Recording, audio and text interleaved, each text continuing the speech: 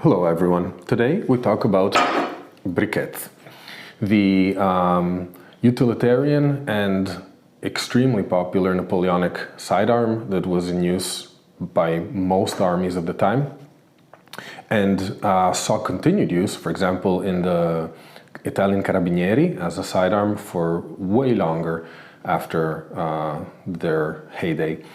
So this video is kind of inspired by a video I Post Swords published recently, in which he goes through the, let's say, destructive restoration of a Bollock dagger he owns. And in this video, this actual antique, which is like 450 years old, has been ruined by excessive polishing and over cleaning. And what this does is completely remove any layers, any historical layers that could have communicated information to the owner or researcher or historian now or in the future. So while it may look good and shiny, its ability to talk to us and to kind of connect us to a specific past is gone. So with this in mind, I thought I'd talk about a couple of saber briquettes I own. You can see them here. And I wanted to go through, because they're, although quite similar at a first glance, I suppose, they hold very significant differences. And actually one of them is perhaps the even more extreme version of destroyed historical artifact. It's like the version of I Post Swords on steroids, I would say. So we're going to look at that in detail now. Okay, so here are two briquettes slightly closer up. At a initial glance, perhaps they may not look too different. They both have a brass hilt, although this one is slightly more square, and the ridges are a bit better maintained. On this one, they're quite worn. We also see the blades are not in the best shape, both of them. They both actually have some damage in similar areas of the edge. This one actually has a fuller and is a little bit longer, but other than that, they're quite similar objects. So what differentiates them, and which one of these is the truly damaged one versus the one that still has something to say? So we'll start with a French saber briquet. And as a French model, this is perhaps the role model for all of the subsequent versions of briquettes that different European countries and armies adopted over time. So let's look into the hilt right away. And the first thing we see is a very clear PDL mark on the knuckle guard. This stands for Propriété de l'État. Sorry for my bad French. And it means property of the state. We also have an undecipherable mark here, well, what's left of it. And if we turn the hilt over, we see a 61 on the quillin, rather worn, and then a 78 that is instead way more marked and deep. Moving on the knuckle guard, we see the remains of a mark that we can't decipher, and what's left of a B.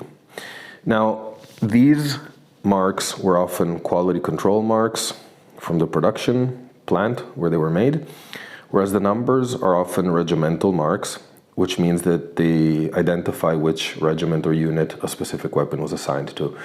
And you'll often find them crossed out and with multiple numbers over time.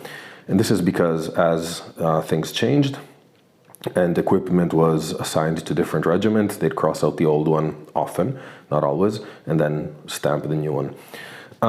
So for example here, the fact that this number is more worn makes me hypothesize that this might have been the first regiment it was assigned to, and then it was moved on to a regiment 78. Now speaking of marks, we also have some on the blade. So we saw before some leftovers of quality control or approval marks. Here we have some better examples of them. We have a B under a star. We have another B surrounded by laurel. And we have an L. Now, it's important, it's interesting when you have a match between the quality assurance marks on the blade and the hilt. So for example, here we have a leftover B. This can signify that the weapon is as was when it was built. However, if you have big discrepancies, it might be that it was re-hilted or a new blade was added at some point. And we can tell this is important because these marks changed over time. So as supervisors and quality assurance inspectors moved on in their careers or retired, these symbols would change. So depending on what we see here, we can place them in time. But French weapons actually make that task more simple for us because they usually have an indication of where the blade was created and when, right on the spine. So we don't even need to do that much research. In this case, we see a very clear, well, rather clear Klingenthal. This is the place where it was made. This was the center for blade production, for French blade production for many years. And then we see in 1814. Now, the style of the inscription, as well as the marks on the blade, changed over time as well. So this can be an important tool for a collector or researcher to understand if the inscription is original or not, because depending on its format, we might have a date that says something, but the format may be different from the one that was used in that date. So this can help us figure out when there's a forgery or if an inscription is original. So there we go. So there's a lot of objective information in this blade, but there's also a lot of speculative information to it. So for example, if we look at the blade, we see that there's a lot of damage towards the top third, especially here. And this damage has been sharpened over. So what this tells me, or what I can hypothesize by this, is that this blade at some point was sharpened for use. It was used, damaged, and then sharpened again, indicating that it had a rather intense service life, or at least a long service life. Now this damage doesn't mean it was necessarily used on someone, because these briquettes were often used more as tools than as weapons, but it shows it has a deep history to it. And interestingly enough, we can actually go into a little bit of fantasy speculation as well, because the date of 1814 places this blade just a year before the Battle of Waterloo. So it's absolutely possible that this blade was present in the region or area of Waterloo in the time. So we know at least it existed when the battle happened. And since I bought it from Belgium, it's very possible that it might have been there actually. And we can also say something about the numbers also kind of confirm the speculation. So there was a 61st Line Infantry Regiment in the Battle of Waterloo, as well as the Battle of Ligny. That was a few days before Waterloo. So there are at least two circumstantial clues, I would say, that can make us speculate with some sort of hope that this blade has a very interesting history and is directly connected to some very important events in history. Which is actually why I love this blade so much, in spite of it being heavily damaged, cheap, and very common to find. Now, on the other hand, we can look at another briquet. We can immediately see that there are some differences. The hilt is a little more square, and also the ribs on the grip are a little more marked, less worn. You might have noticed also that the blade is a little longer and there's a fuller to it. So this is a different weapon, but very similar. As we look at it, we take a quick look at the hilt. Let's see if we can focus it. There we go. And unfortunately, there are no markings that I can see. There might have been something here, but whatever it was is gone. Maybe here, but even this is, there's nothing left to be deciphered from this. So the hilt gives us no information. And if you've been looking carefully now, you might have seen that the area where the other briquet had its quality control marks is now severely damaged by grinding. So this whole area has been power tooled to oblivion. And this is true for both sides, actually.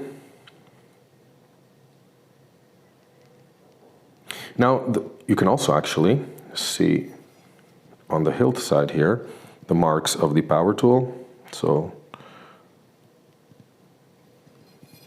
here especially.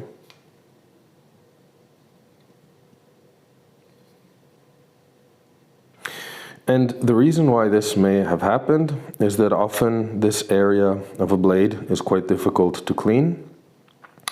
You can't really get long strokes going, but you're always running against the hilt or the quillin, or on more complex blades. You can, with langets, for example, you cannot even get under there. So my assumption is that someone just found it easier to take a power tool and really go to town with it. And by doing that, they eliminated any trace of markings, but they also ruined the blade because it's inconsistently ground. Not that the rest is in very good conditions, because if we look at the edge, we can see very, very rough grinding. Let's see if it focuses. There we go. All the way up. And this deep pitting that you can see all across the blade, I kind of wonder if it's the reason why this blade was destroyed to this extent. And what happens normally, a blade that is so deeply pitted when in original condition, means that it's completely covered by old rust. It might be an active rust, so it's not really dangerous, but it makes it dull, it takes away the shine, and it's quite potentially ugly to see. So what I think is someone decided that they wanted to have a shiny blade, and since it would take way too long to work on it by hand and delicately, they decided to grind it with a power tool, and by doing that they destroyed it. So we can take a look at the spine as well. And see if it focuses again. There we go. So even here, whatever, if there was any inscription or writing, there isn't anymore. And you may think, well, at least this can be now polished and at least it will look good as a wall hanger, just keep polishing it. But that's not possible because someone here went so intense, was so power tool happy, that they burnt the steel. So you can see these blued marks is where the steel overheated and was almost burnt by a power tool. And unfortunately, they were so intense on this section of the blade that they actually ate right through the blade. So you can see my finger on the other side of the blade here, so the holes go right through. And this means that there's no way of removing this bluing, because any extra polishing or any extra removal of material here is going to make the size of these holes even larger and completely destroy the blade, even just as a wall hanger at a distance. And this is very unfortunate because, as I mentioned before, we can still tell a history of a blade from discrepancies between the markings on a blade and its hilt. And this is obviously a blade that was added later on. This is not a typical briquet blade. It was also added with a little shim, you can see there, to keep it in place. So we don't know if this was done historically or if it's a modern attempt to renovate some old or put together old sword pieces. And the problem is that without markings, there's no way to tell. So this is effectively just a chunk of metal. Look at that. So with all this being said, I hope this video was useful for viewers to understand what differentiates a chunk of brass and steel from a historical object that still holds information that can put us in better, can help us better understand historical events of the past. And I think this is really important because as collectors, we're not just owners of shiny and pointy things that we can hang on our walls, but we are custodians of history to an extent, and we have an obligation to ensure that that information that is held in these objects is preserved and passed on.